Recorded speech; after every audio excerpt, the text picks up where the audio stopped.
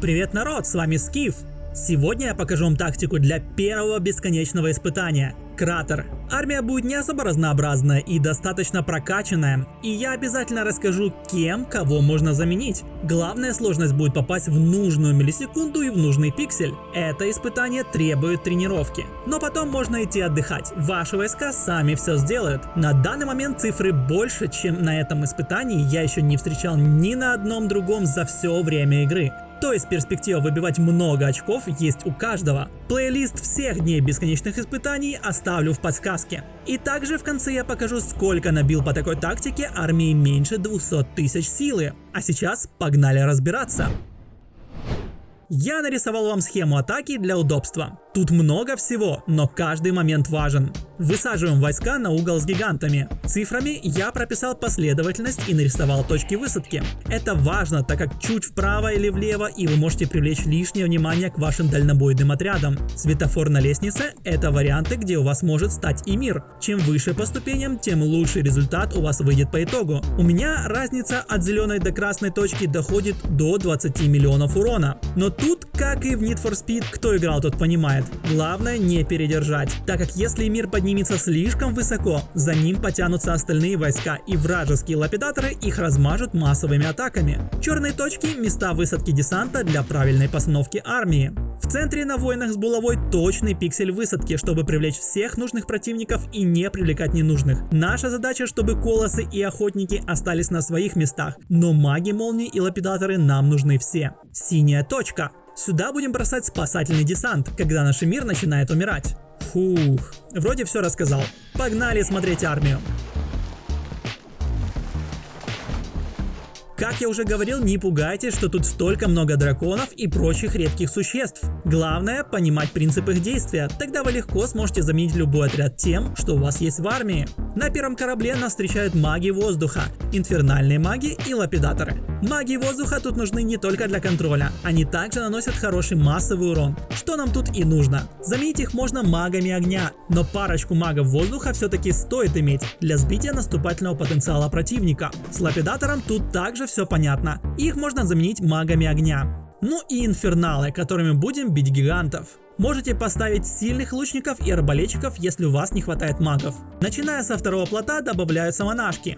Если недостаточно монашек, можете использовать священников. Почему со второго, а не с первого? Покажу на поле боя, это важно. Четвертый и пятый плоты выставляем по аналогии. Ну и самое интересное – драконы. Скажу как есть, это бесконечное испытание от них сильно зависимо. Тут каждый может почувствовать себя немного Дейенерис. Вы понимаете, о чем я, да? Но давайте поговорим о возможных заменах. Если вам не хватает древних драконов на шестом плоту, можно поставить поглощающих, в самом крайнем случае дракончиков. На шестой плот ставим только летающих существ. На пятом плоту немного легче. Там вместо драконов подойдут лапидаторы или маги огня. Любой из них хуже дракона хотя бы шестого уровня, но с другой стороны остальные варианты еще хуже. И мир, как и на испытании замороженные холмы, ссылка в подсказке, находится на первом плоту. Давайте пробовать. Сразу открываем схему и будем действовать по ней. В центр острова кидаем одного десантника. Как только он долетает, внизу ступенек выпускаем второго. Когда он приземляется, третьего туда же. И за ними сразу первый плот с эмиром на борту. Так как десантник еще живой, мы не ставили на первый плот монашек, чтобы они его не лечили. Нам нужно, чтобы десант погиб, а эмир стал в правильный пиксель. В данном случае я эмира выставил правильно, но вот еще варианты постановки, когда эмир стал немного хуже. На третьей волне выпускаем второй плот. На четвертой волне третий плот. На пятой волне четвертый плот.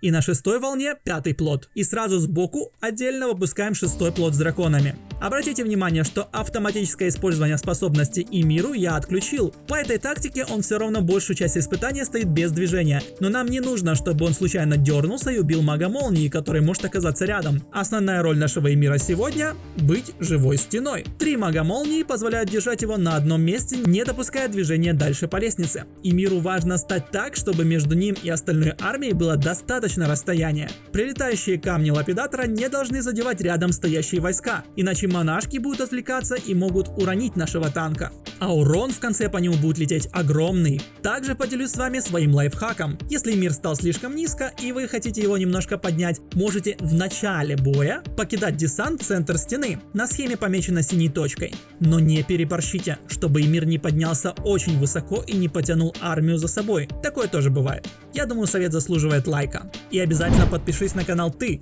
кто все еще смотрит меня без подписки. Я тебя вижу. Переходи на светлую сторону.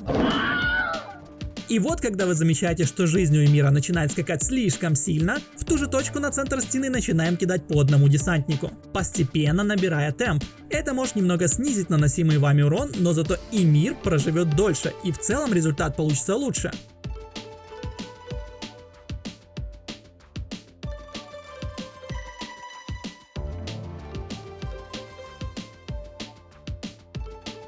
$144 миллиона. Отлично. Давайте смотреть результат. 132 миллиона поглотил и мир. 132, Карл! Теперь понимаете, почему его под конец так сильно трепало? По урону тут самые главные это драконы. Но маги воздуха от них не сильно далеко ушли. Ну и следом идут инфернальные маги и лапидаторы. Как и обещал, показываю результат атаки молодым аккаунтом по этой тактике. Можете смотреть, кем кого я заменил и какой результат получился. По-моему, довольно хорошо. Пишите в комментариях, как вам новое видео, и обязательно делитесь своими результатами. Мне важно знать, насколько они для вас полезны. А также не забывайте смотреть новые ролики на канале. А с вами был Скиф. Всем пока!